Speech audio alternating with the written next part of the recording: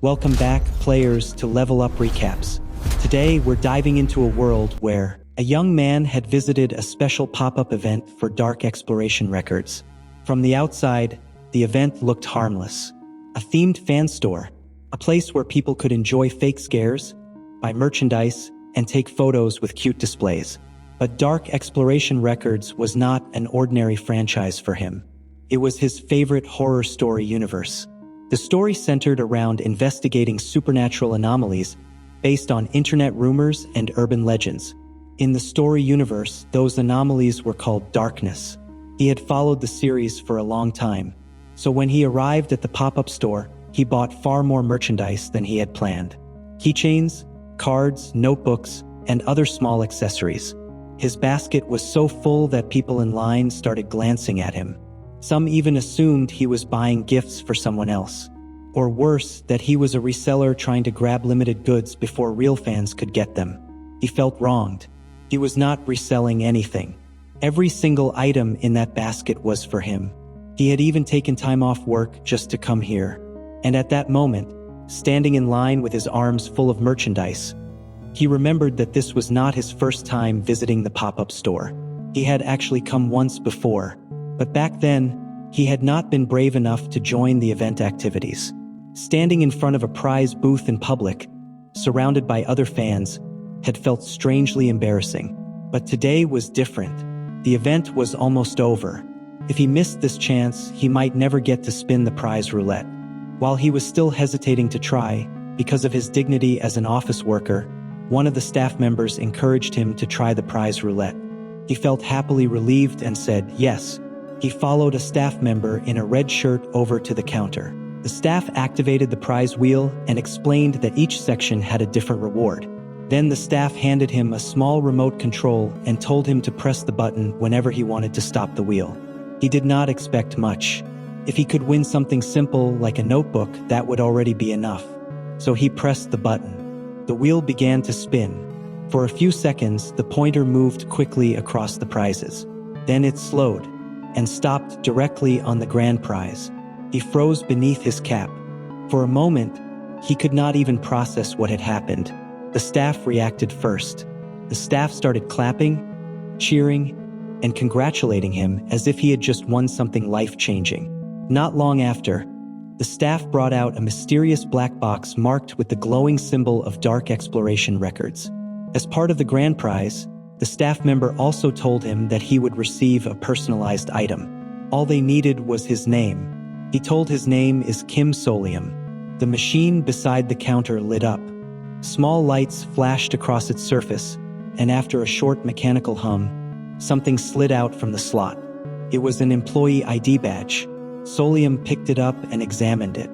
The badge was surprisingly well made. His name was printed on it clearly, and beside it was the logo of Daydream Inc. The staff member seemed even more excited than he was. They explained that the badge belonged to one of the 3 major factions in the story universe. But Solium already knew that. Within the lore of Dark Exploration Records, Daydream Incorporated was a company that researched urban legends while hiding its more dangerous work from the public. And the field exploration team was one of its worst departments. That team was famous for sending inexperienced recruits straight into deadly situations. In other words, the badge was impressive as merchandise. But if it were real, it would be a terrible assignment. Solium accepted the reward anyway. At the time, he planned to take it home, put it away somewhere, and probably forget about it. Then something strange happened. A voice echoed inside his head. It accused him of lying. Before Solium could react, the air around him changed. Darkness gathered nearby, and from inside it, a smiling creature slowly appeared. The moment he saw it, shock ran through his entire body. Then dizziness hit him. His vision blurred. Everything around him spun. And a second later, the world went black. When he woke up again, he was no longer at the pop-up store. He is now inside an auditorium. Even his outfit has been changed to suit. An administrator had opened a presentation file selected as the final recommendation. As the slides began, the purpose of the company known as Daydream slowly came into focus. At first, the presentation looked almost harmless. A A small cat mascot dressed in blue appeared on screen and cheerfully explained that Daydream was famous for producing highly effective hair loss treatments. A moment later, another cute mascot corrected the explanation, saying that the company was actually more focused on beauty products and skincare. Before that idea could settle, a glowing sign appeared and pushed the claim even further. According to the presentation, Daydream's work went far beyond cosmetics. The company supposedly developed every kind of medicine people could possibly need. It described itself as a remarkable pharmaceutical corporation, capable of creating cures that sounded almost miraculous. The mascots finished their introduction with bright smiles, waving goodbye and encouraging everyone to learn more about the mysterious company. Then the scene changed.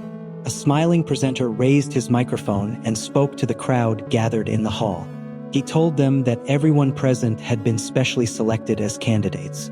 Hearing the company's name, Kim Solium in the crowd immediately became serious. He knew Daydream. He also knew the kind of reputation it had. On the surface, it was a company that achieved things other corporations could only dream of. But there was something wrong with this place. The presenter continued proudly, saying that only the most outstanding new recruits had been gathered for this orientation. Then he congratulated them. They had all been accepted into the exploration division. That was when the atmosphere shifted. Behind closed doors, this division had another name: the company's Suicide Squad. The recruits began whispering among themselves. None of them understood why a pharmaceutical company would need an exploration unit in the first place. Kim Solium found the whole situation absurd. This was supposed to be employee orientation, but the longer it went on, the more it felt like the beginning of a survival challenge. Already uneasy, he started thinking about how he could get out. Before the official hiring process could continue, the presenter announced one more thing. The presenter introduced a practical evaluation. According to him, the assessment would measure everyone's real-world ability, not their grades or their resumes, their actual performance. Then, with an unsettling smile, he said he would need everyone's cooperation. He snapped his fingers and warned them that laziness would not be tolerated. The lights went out at once, and the entire hall fell into darkness. Then the recruits froze, unsure what was happening. Someone whispered that they could hear something strange. A moment later, the ground began to shake. Kim Solium felt his body tense as the tremors grew stronger. Then, as suddenly as it began, the darkness cleared, and everyone realized they were no longer in the hall. They were sitting inside a subway train. A voice came through the speakers, welcoming the passengers aboard. It explained that this train would not be stopping at any ordinary station. Then it told them to listen carefully to the rules if they wanted to complete the journey safely. Some of the recruits stared at the digital display, trying to convince themselves this had to be some kind of virtual reality simulation. Others rushed toward the doors, but no matter how hard they tried, the doors would not open. And once they realized the exits were locked, panic finally spread through the carriage. One of the girls pressed her hand against the window, still trying to figure out if this was some kind of elaborate escape room. Maybe it was a company event, or it was advanced technology. And also, maybe this was all part of the orientation. But Kim Solium knew better. This was not a joke, and it was definitely not technology. He lowered his head and stared at the employee ID hanging from his neck. Who would have thought that getting a job somehow had dragged the new employees into something much worse? Around him, the other new employees started arguing. Some were frightened, others were angry. The rest still tried to convince themselves that the company would never put them in real danger. But the badge on Solium's chest made the situation painfully clear. He had been placed in Daydream's exploration division, and now he was inside one of its tests. Then the loudspeaker turned on again. The next destination was announced: Sorrow Station. The name alone made the carriage go quiet. As the train began to slow down, the doors prepared to open. That was when Solium finally accepted it. He had not been brought into a simulation. He had been dropped into a ghost story. A black screen appeared with a short message welcoming the passengers to the Abyss transportation system. At the same time, the story behind this train started to make sense. There had once been a tired young woman walking home through the rain after work. She was exhausted, barely awake, and at some point, she fell asleep while still moving. When she opened her eyes again, she was already sitting inside a strange subway carriage. First, the train looked normal, but there was something wrong with the air. The windows showed strange distortions outside, like the world beyond the glass was breaking apart. The scenery flickered with interference, turning the entire space unstable and unreal. Solium quietly watched everything around him, and piece by piece, he began to understand what Daydream was doing. The company was not just testing the new recruits. It was using an urban legend to eliminate them. The loudspeaker repeated the arrival announcement for Sorrow Station. Then it instructed every passenger whose destination was this station to leave the train. The doors slid open. A 30-second countdown appeared. Outside, the platform was empty. A thick mist covered the station, and the sign on the wall confirmed the name, Sorrow Station. At first glance, there was no monster, no obvious danger. Because of that, some of the passengers thought getting off would be safer than staying inside the train. One confident recruit even said the station looked harmless, apart from its strange name. Then Solium suggested that everyone should remain inside and observe first. He also pointed out that normal subway stations were not given names like Sorrow Station. A place with that kind of name could not be safe. The argument quickly grew louder. One recruit complained that he did not want to sit around and wait. If something happened because they stayed inside, he asked would Solium take responsibility for that? A brown-haired young man agreed with Solium. He suggested that they wait a little longer and understand the situation before making a decision. But then the alarm sounded. The countdown was almost over. The doors were about to close. That was enough to destroy whatever patience the passengers had left. Several people rushed toward the platform, desperate to get off before the time ran out. One man threw himself through the doorway at the last second. He didn't make it. The people who failed to get out were trapped behind the closing doors. The moment the doors shut, frustration exploded inside the carriage. One passenger slammed his fists against the door, furious that they had missed their chance all because of someone. Solium understood why they were angry. In a situation like this, everyone just wanted to survive. But survival was not always about moving first. Sometimes the first people to move were the first ones to die. Then the digital display inside the train began to malfunction. The digital display shows the word goodbye in red, repeating over and over.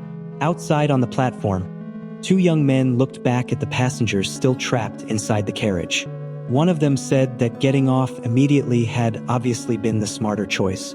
But before he could finish enjoying that thought, something dripped from the ceiling.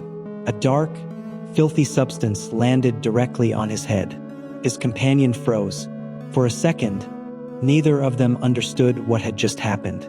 Then the entire station turned red.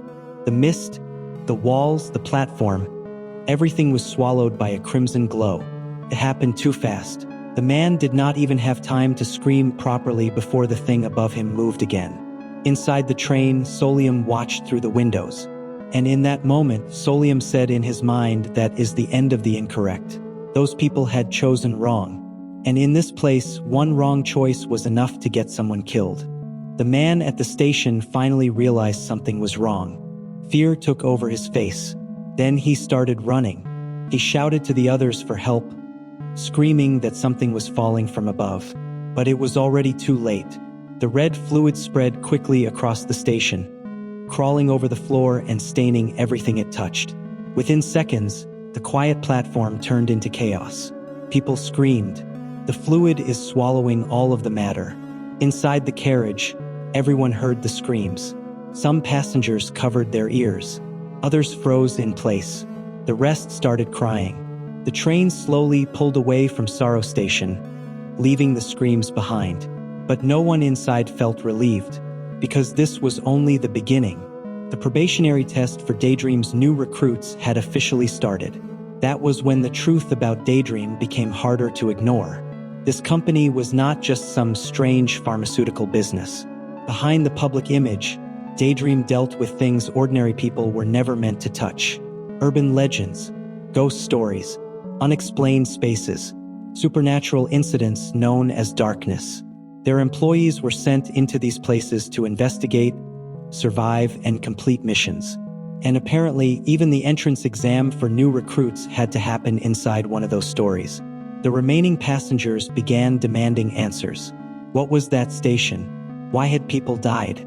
How were they supposed to know which choice was right? No one had an answer. No one except Solium, at least. He had one huge advantage over the others.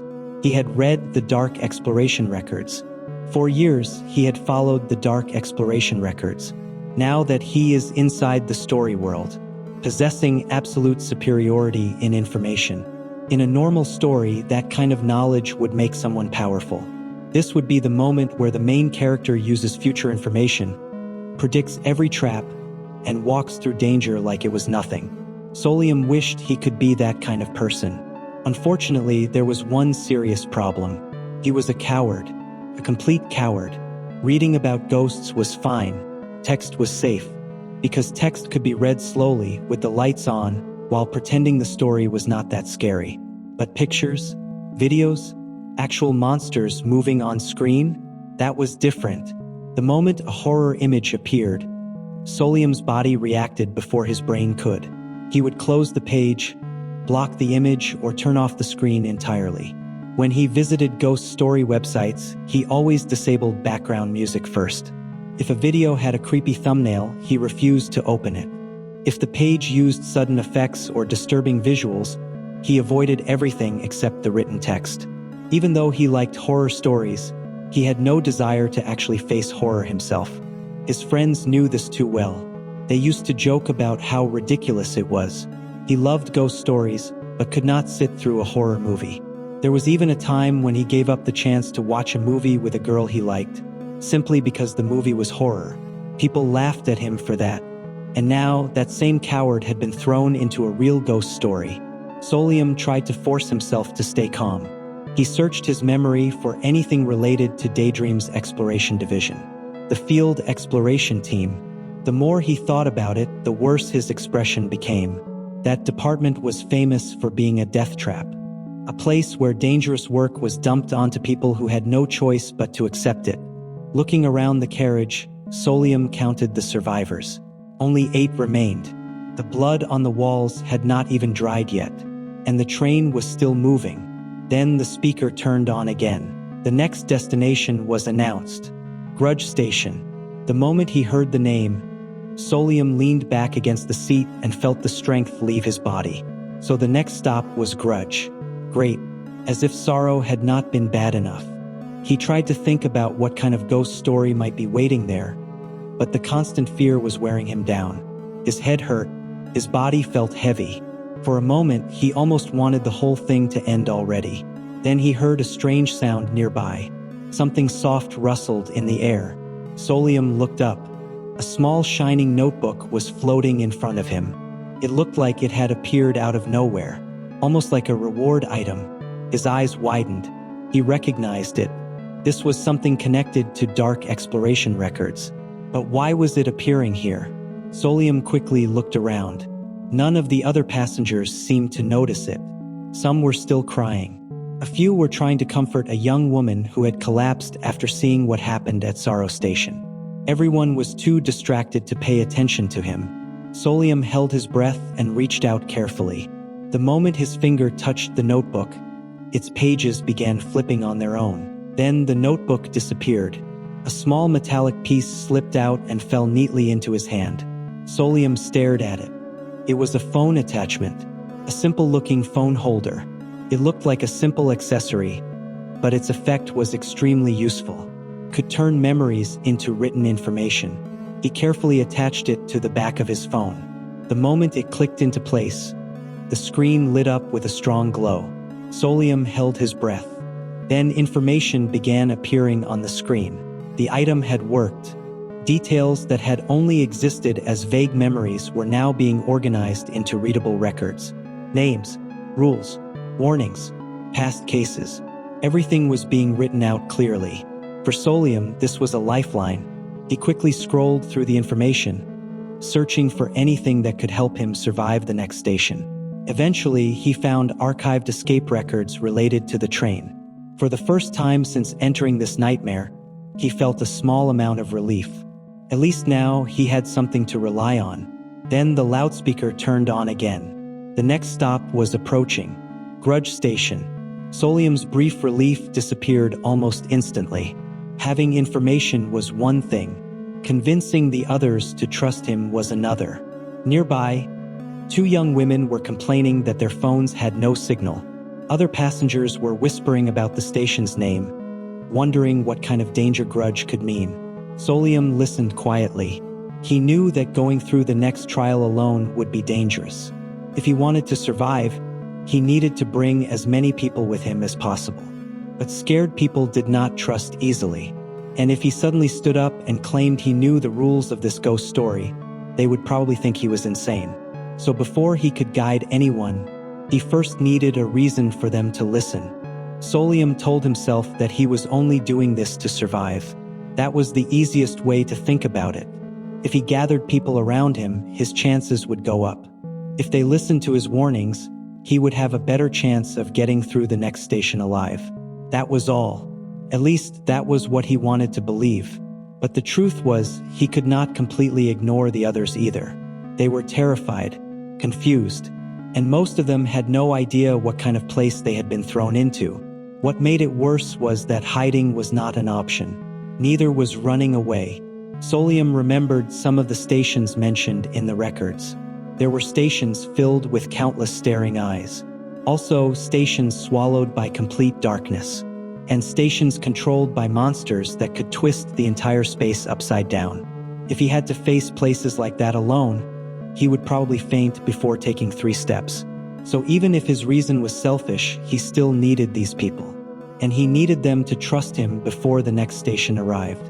But he could not just stand up and announce that they were inside a ghost story. That would only make him look unstable. So Solium forced himself to stay calm. His plan was simple. First, earn the trust of 1 or 2 people who seemed reasonable. Then let the rest of the passengers follow naturally.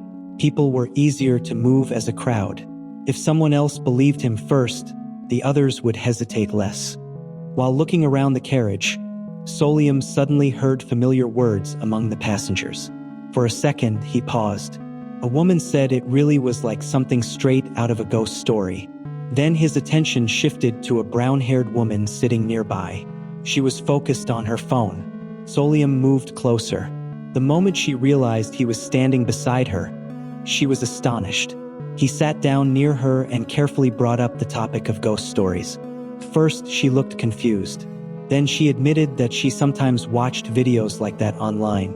And after everything that had happened, she could not stop thinking about how similar this situation felt to those stories. That was exactly what Solium needed. Their conversation soon caught the attention of another passenger nearby. The woman tried to organize her thoughts. She remembered the auditorium, then the sudden shift into the train, then the strange substance that had fallen from above and attacked one of the people outside. As she spoke, her voice began to shake. The memory was still too fresh. She remembered how badly the victim had suffered, and after a moment, she apologized for getting emotional. Solium listened quietly. At the same time, he kept watching the people around them. Outwardly, he acted just as confused as everyone else. He nodded and agreed that everything felt unreal. But inside, he was fighting the urge to run. The woman then said something that caught him off guard. She told him he seemed calmer than anyone else here. Before Solium could respond, her attention shifted to another passenger nearby. A man in a dark suit was standing close to them. He had a friendly expression and brown hair. The man wondered if he was the same person who had been sitting near him earlier. Solium looked at him and tried to remember whether he had seen the man inside the auditorium. Solium remembered he was the man that curious about the item Solium was holding. Now he introduced himself with a warm smile. His name was Sahian. The moment Solium heard the name, his expression changed. Sahian. He knew that name. It had appeared in the records. Sahian was one of the elite survivors who had completed 100 explorations. Among experienced explorers, he was known by the nickname Viper. Solium stared at him in disbelief. This polite, ordinary-looking man was supposed to become that legendary veteran? It was hard to believe. Soon after, the young woman introduced herself as Go Young-eun. But unlike Baek Sahyun, her name meant nothing to him. That made Solium uneasy. Many survivors in the records used aliases, but he could usually identify important people through their traits or descriptions. With her, he had nothing. No memory, and no useful information. It means two things. Either she resolved the ghost stories relatively easily and left the company early, or she died early. Solium quietly gripped the fabric of his pants to hide his tension. Then he introduced himself. Kim Solium. Around them, the passengers were starting to split into smaller groups. Some looked like they wanted to move into another carriage. But Solium knew that was a bad idea, because it's forbidden. Before anyone could act on that thought, the loudspeaker crackled with static. The next announcement began. The train was approaching its next destination, Rapture Station. Most of the passengers reacted well to the name. Compared to Sorrow Station and Grudge Station, it sounded almost harmless. Some even looked relieved. After everything they had seen, a station with a pleasant name felt like it might finally be a safe choice. But Kim Solium knew better. In a place like this, a friendly name meant nothing. The correct station was never easy to identify. The rules changed, the themes shifted, and if someone chose based on instinct alone, they would probably die before understanding what went wrong. Fortunately, the records in his phone gave him a few clues. Case number 56 mentioned 2 survivors who had managed to escape through a place called Blue Station. Other reports warned that stations named after body parts were extremely dangerous. People who got off at those stops usually suffered horrible deaths. There were also records about stations connected to specific years or infamous people. Those almost always ended badly too. One report even mentioned a complete failure at a station named after the year 2026. So when the train began slowing down near Rapture Station, Solium did not feel relieved at all. He felt dread. Through the doors, the platform looked clean and bright. It almost looked like the center of a beautiful city, with smooth floors, warm lighting, and a welcoming atmosphere that only made Solium more uncomfortable. He needed these people alive, partly because having more people increased his own chances of survival passing through the station. Also, if he watched everyone die one by one, he knew his mind would not hold together for long. So when 2 passengers tried to move toward the door, Solium immediately stretched out his arm and blocked the way. They looked surprised. Solium asked, "Are you sure?" One person asked back, "Sure about what?" Solium kept his voice as calm as possible. He told them to think about where they were. They had been taken from an auditorium into a subway train. They had watched people die at the previous station. The announcements were giving them rules like something straight out of a ghost story.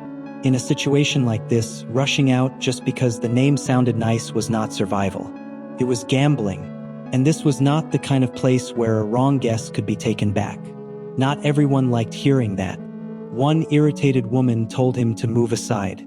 Solium did not move. Instead, he pointed out that there was a clue hidden in the announcements. From the start, the loudspeaker had never actually lied. Kept telling them to listen carefully. Kept saying who should get off and when. And this time, the announcement had said that only passengers whose destination was Rapture Station should disembark. That made the carriage go quiet. Some passengers exchanged uncertain looks. Was Rapture Station really their destination? Or was the train simply testing whether they would assume it was?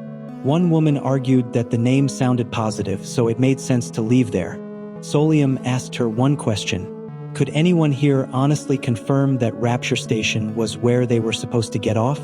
No one answered. The silence only made some of them more frustrated. That woman blamed him for delaying everyone. And if they can't escape, will Solium take responsibility? Solium accepted it. If they needed someone to blame, then they could blame him. He told them he would take responsibility. A moment later, the doors closed automatically. No one had stepped out. Solium let out a quiet breath. He then said that he would make sure they survived. At the very least, nobody could claim he had physically forced them to stay. He had blocked them for a moment, yes, but the final choice had still been theirs. Then someone suddenly shouted and pointed toward the window, from the front train carriage. The people inside that carriage had not hesitated to get outside the carriage. Several passengers had already stepped out onto the bright, welcoming station. For a few seconds, nothing happened. The platform looked peaceful, normal. Then one of the people outside stepped into something sticky. A yellow substance clung to his shoe. He tried to pull his foot free, but the golden liquid stretched with him, wrapping around his leg like glue. His expression changed. Panic spread across the platform as more people realized they had stepped into the same substance. Some tried to run, others fell. The yellow liquid spread faster than they could move. Then it began burning through them. Their skin, clothes, flesh, everything it touched dissolved as the substance dragged them down. A blinding yellow light swallowed the platform. The screams lasted only a moment. When the light faded, there were no bodies left. Inside the train, no one spoke. They stared through the glass, frozen by what they had just witnessed. Then the loudspeaker calmly announced that the train was departing from Rapture Station. As the platform slipped away behind them, one shaken passenger grabbed Solium's arm. His hands were trembling. He reminded Solium of what he had just promised, that Solium had better keep them alive.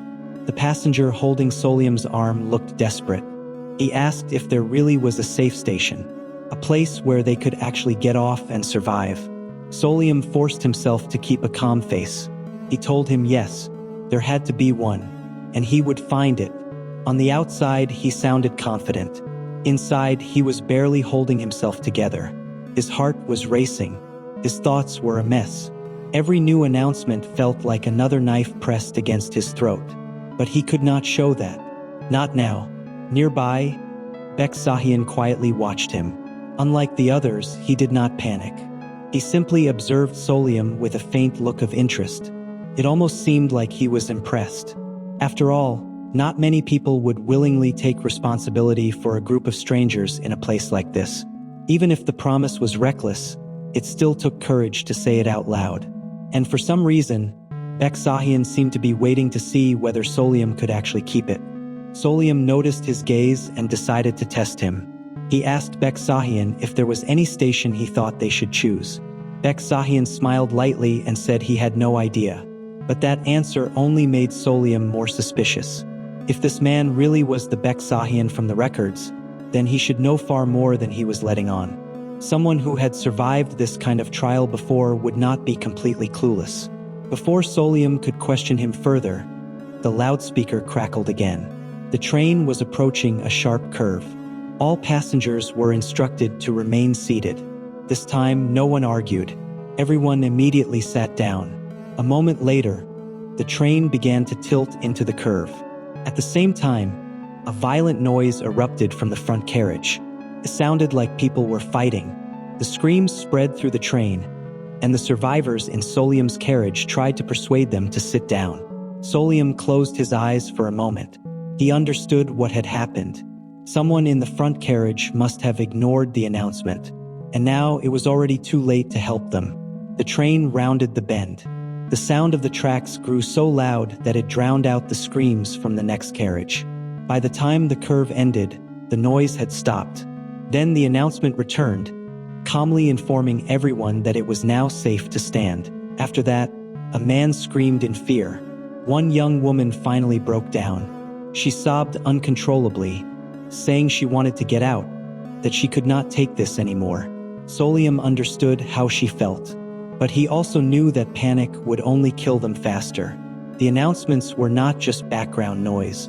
They were rules, and right now, those rules were probably their only chance of survival. Then another alert sounded. The loudspeaker announced that there is a lost item in the train. The moment Solium heard those words, his expression changed. He knew this one. This was a famous escape rule. According to the announcement, the rightful owner of the lost item would be allowed to leave safely at the next station. For a brief second, hope returned to the carriage. But then the announcement continued. It began describing the item.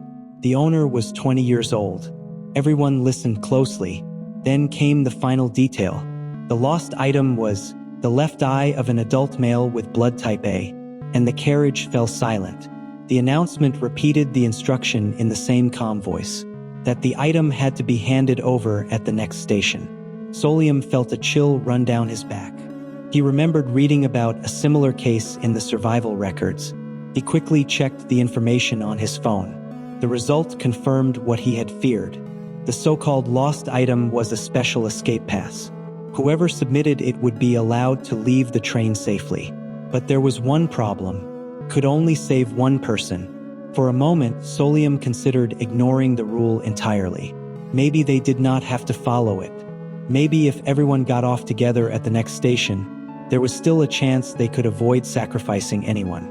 But before he could decide, another passenger spoke up. They suggested checking who matched the conditions. By age, gender, blood type, the atmosphere changed immediately. People began asking each other questions. Who was 20? Who had blood type and fit the description? Solium kept his face neutral. When asked about his blood type, he lied.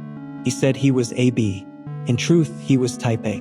But there was no reason to put a target on his own back. Not in a carriage full of terrified people. Soon after, a sharply dressed young man raised his hand. He said he matched the conditions perfectly. He was 20 years old with blood type A, and he said it with a calm, almost proud expression, as if being selected made him useful. Solium looked at him and felt his stomach twist. The man clearly had no idea what that announcement really meant. Then the loudspeaker spoke again. The train was arriving at Anger Station. The doors would open soon. At that moment, Beksahian stepped forward. There was no hesitation in his movement. A faint smile appeared on his face as he approached the young volunteer. His tone was gentle when he asked if the man was really blood type A. But the look in his eyes was cold enough to make that man's breath stop, because Beksahian had understood the rule.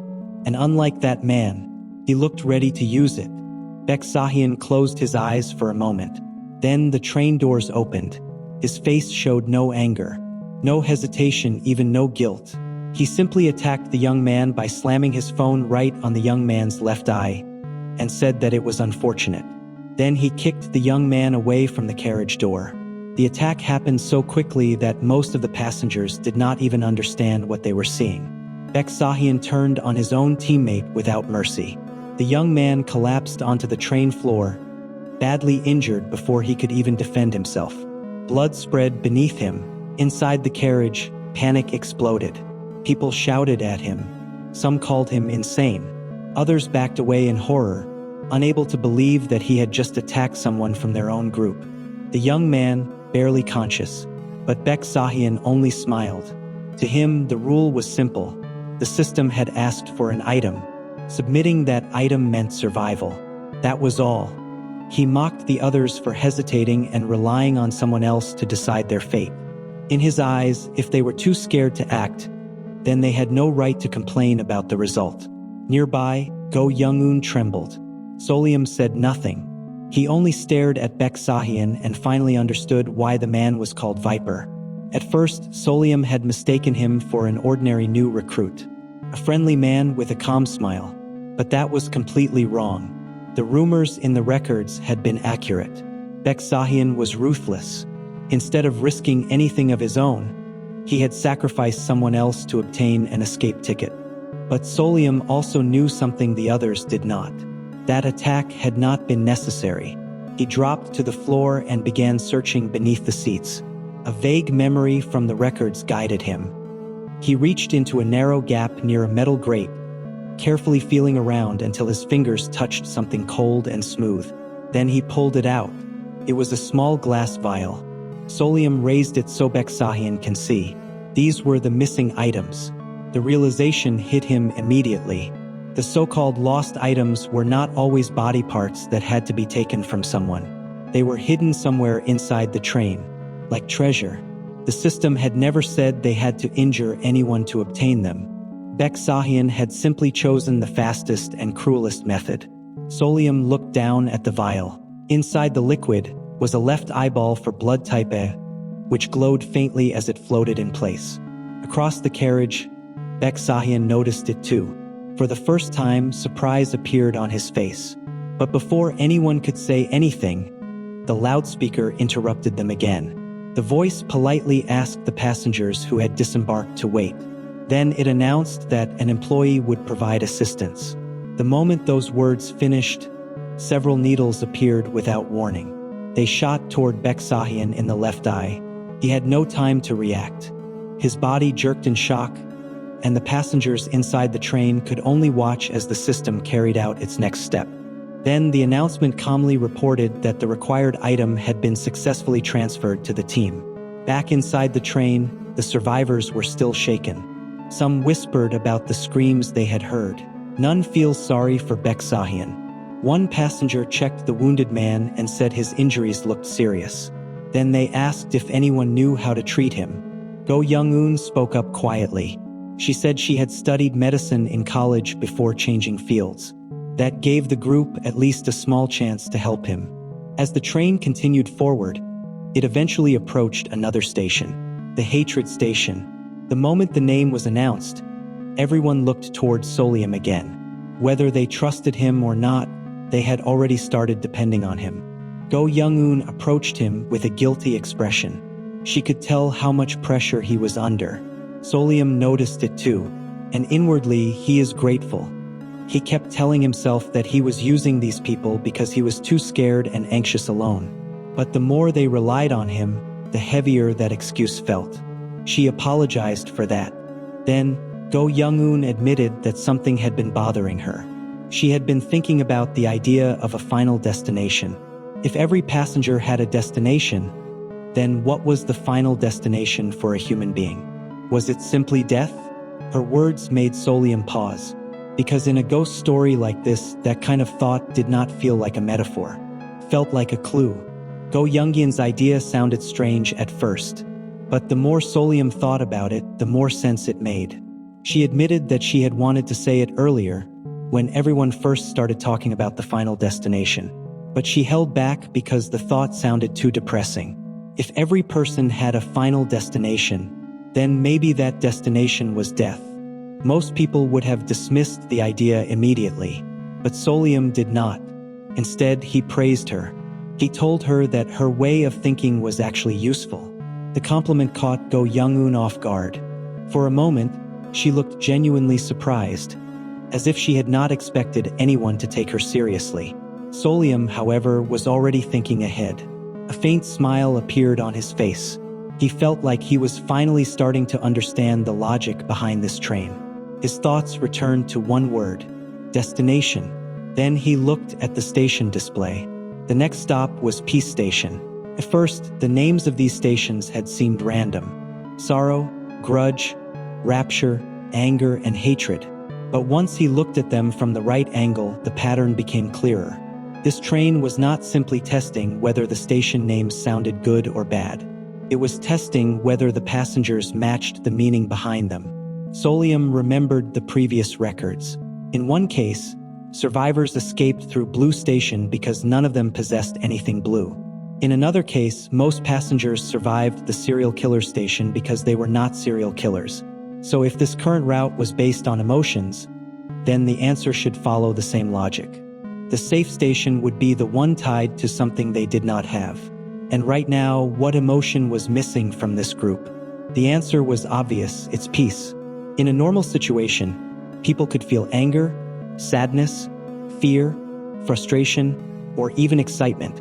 But inside this train, after everything they had seen, no ordinary person could honestly say they felt peaceful. No one here was calm, and no one was relaxed enough to match the meaning of that station. Then the alarm rang. The loudspeaker announced that they had arrived at Peace Station. Solium stepped forward without hesitation. This was it. He told everyone that this was the station where they needed to get off.